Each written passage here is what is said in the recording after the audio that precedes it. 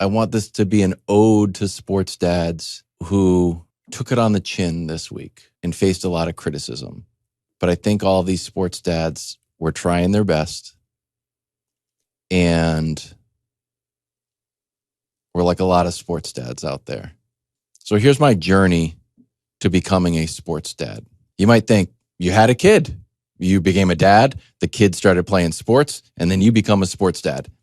That is certainly a path. However, the journey to a sports dad, you have to kind of shed your skin like a snake of being a sports player yourself. So this is exactly when it happened to me. And I remember specifically when it happened to me. Kevin Durant wins the MVP, and he looks at his mom and he says, "You're the real MVP." And they cut to his mom, and his mom's weeping, and Kevin Durant is weeping. And at that moment, I thought, that must feel amazing to have your son win MVP. My kids were very little at the time. Prior to that moment, I would always think, wow, it must be amazing to win MVP. Because I think you come up your whole life emulating athletes, no matter what. You're sticking your tongue out when you're on a Nerf hoop trying to look like Michael Jordan. You know what I tried to do for a little while? I tried to move my bat like Gary Sheffield moves his bat like crazy. Little coach like, why are you doing that? Like, because Gary Sheffield does it. And dude, Julio Franco had a batting stance like this. You point the bat at, what are you doing? That doesn't work, even at wiffle ball. Like, no, it works. It's just a long loopy swing. It works for Julio Franco. Well, I don't know why it doesn't work for me. But you spend your childhood emulating athletes and people you look up to. And at some point, you switch and you start associating, or at least I have, started associating with the parents more than the athletes. I still do. I'll still get out there and try to do a, Euro step, break my ACL. Just Euro step. It's a travel. I can't do it. I just can't do it. I started to associate myself more with Kevin Durant's mom. Fair question. Wild, your son is not Kevin Durant. He's not as good as Kevin Durant. Fair point. Here's my retort. Bill Bowerman was one of the co-founders of Nike. They had a tagline: if you have a body, you're an athlete. And it was brilliant because, right, it level set the whole brand that it's not just for the best of the best. If you've got a body, you're an athlete. If you're walking, you're an athlete. I thought it was very smart. So if you've got a kid who's playing sports and you're a dad, you're a sports dad. And we saw it all this week. Coach Prime, Deion Sanders, kid basically had a tryout and he was overlooked. My kid had a tryout and got overlooked too. Very different levels, but very relatable. And all sports dads share some common traits and some unity between us, no matter what level you're at, whether you're preparing for the NFL, whether you're teaching your kid mini golf. One of the characteristics of sports dad, overconfidence in our kids' abilities. Maybe Shedeur was projected to go higher. He had a lot of confidence. Maybe his father had too much confidence in him. Guess what? That's every dad. That's every sports dad. My son, very fast. To the point, when he's playing flag football and gets chased down and his flag pulled, I don't think, wow, that other kid is fast. I think 100% I think this. Why wasn't he running his fastest? It doesn't even occur to me that he was running his fastest and another kid caught him. If another kid goes and he can't catch him, why didn't you run your fastest? He was running his fastest, Kevin. It's a blind spot for all sports dads. It's the opposite effect of how you read like a mother could lift a car. If her child gets caught underneath a car, it rarely happens, thank God. But when it does, just one mom can come and like, what is that? F-150 is a Toyota Tundra. Let me just lift it right now. Excuse me, ma'am, you're 120 pounds with heels on. Just lift it right over her head. Bah! You're like John Cena with a Dodge Ram. It's like that, but the opposite. Women get a superpower, strength, are able to lift trucks. Sports dads just get a blind spot on how good their kids actually are. We also, however, get much better at ping pong, no matter what. If you've never even played, as soon as you become a dad, all of a sudden, like, another thing we all have in common. This might go back to like caveman days, that you want to defend your child, you want to celebrate your child. Sometimes those things come into conflict, as Tyrese Haliburton's father entered the court and decided to talk trash to Giannis. Afterwards, he apologized. He literally said he wasn't really talking to Giannis. He was talking like through Giannis. Everyone's like, what? You're right in front of Giannis waving a Haliburton towel. I believe him. Haliburton said, he was in the wrong. But I don't think he would choose to go forehead to forehead with a man who is 6'11", 250 pounds. Just unwise. And I love my son too. But rationally, I would not do that. Irrationally, it actually makes sense. He wants to celebrate his son. I also think he wants to defend his son a little bit, even though Giannis didn't do anything.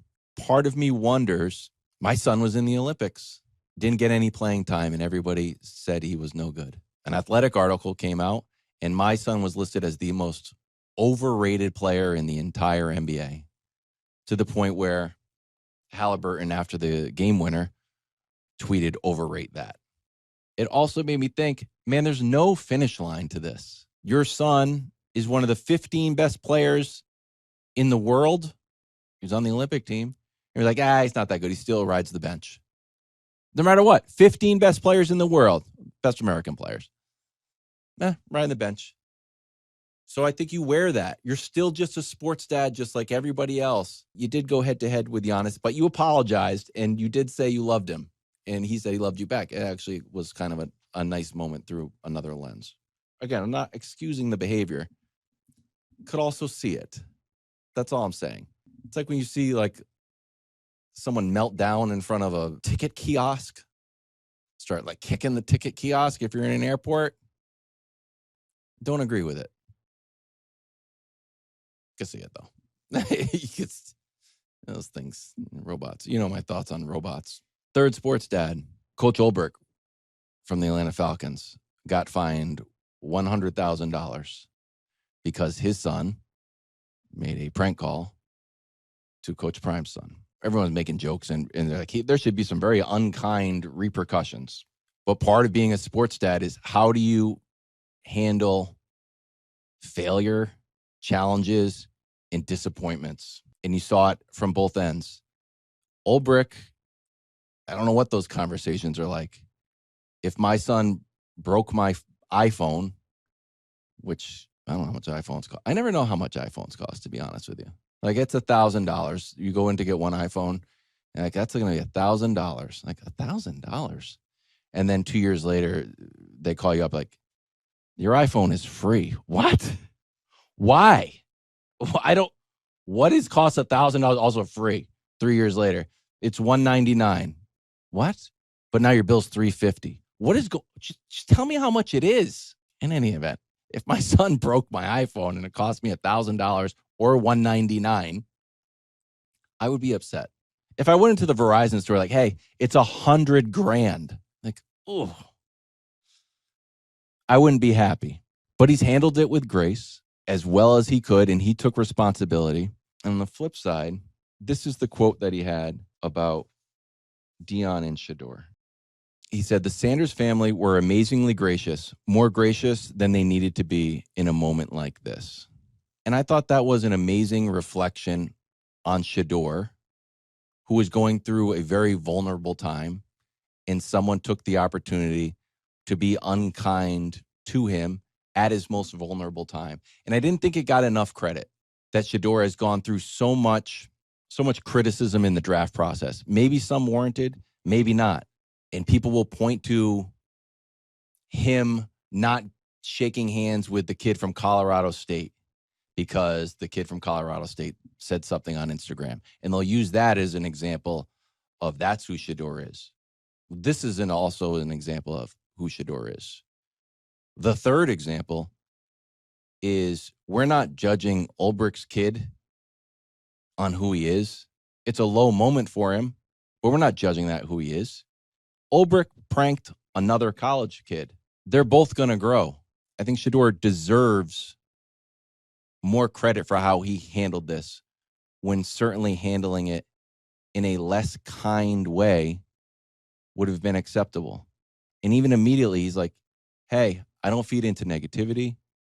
People do childish stuff. I was like, that's right. You're 100% right. And it shows how well you've handled this process. And it is a bit of a reflection on Coach Prime as well. All of it reminded me that there's no exit for being a sports dad, whether it's Little League, or mini golf, tryouts, the NFL draft. There's always something happening, and we all have a shared experience no matter what level. And they leave you with these two things. Not an off-ramp, but it was a rest area, certainly. My son's playing hockey, and to be a hockey goalie, tough, because everyone's making mistakes, but when you make a mistake, it goes on the scoreboard. So it's just a patently unfair position. Oh, you're playing center. Oh, I missed the puck. Okay, doesn't matter. The puck's flying all over the place. Goalie, you missed the puck. You lose the game. So a goalie made a mistake on a team. They do a line change, and my son goes over and pats the goalie on the head. And I was like, looks like I'm done parenting. I can be done. That's it. That's the point. You saw someone in need that needed support, and you delivered it. That's great. And I saw another moment, and this part's a little sad. So if you want to take an exit ramp off the video, you can, because this part's sad. Now I'm coming for the heart. The other sports story involving a father is Kevin Love lost his father. And before the Cavs Heat game, there was a video of Kevin Love and Tristan Thompson embracing. And it really touched me. It was just a touching moment of guys who played together years ago that were still there. Maybe I looked at it through a sports dad lens of that's what I want for my kids, to develop relationships and to be there for each other. And I think it was, if Kevin Love's father saw that moment, I think he would be proud of everything his son stands for and has become. And I went to Kevin Love's Instagram, and I read what he wrote, and I thought it was excellent, and I thought it summed up what really matters, as there was so much chaos and drama around sports dads. Oh, Coach Prime was doing too much, and Haliburton's dad was doing too much. And can you believe that Ulbrich left his iPad out and pranked? It's like, man, that stuff all fizzles away. Everybody's trying as hard as they can. So here's what Kevin Love wrote about his father. Like all of us, my dad was imperfect, but despite his flaws and my own, we are a successful story of father and son, a never-ending bond rooted in love that will forever remain eternal. Dad, I'm so proud to be your son. My only hope is that you're proud of me. It was all I ever wanted. Thank you for everything. I love you. Thanks for watching. Subscribe here to get more from the show and to check out clips from other shows on FS1.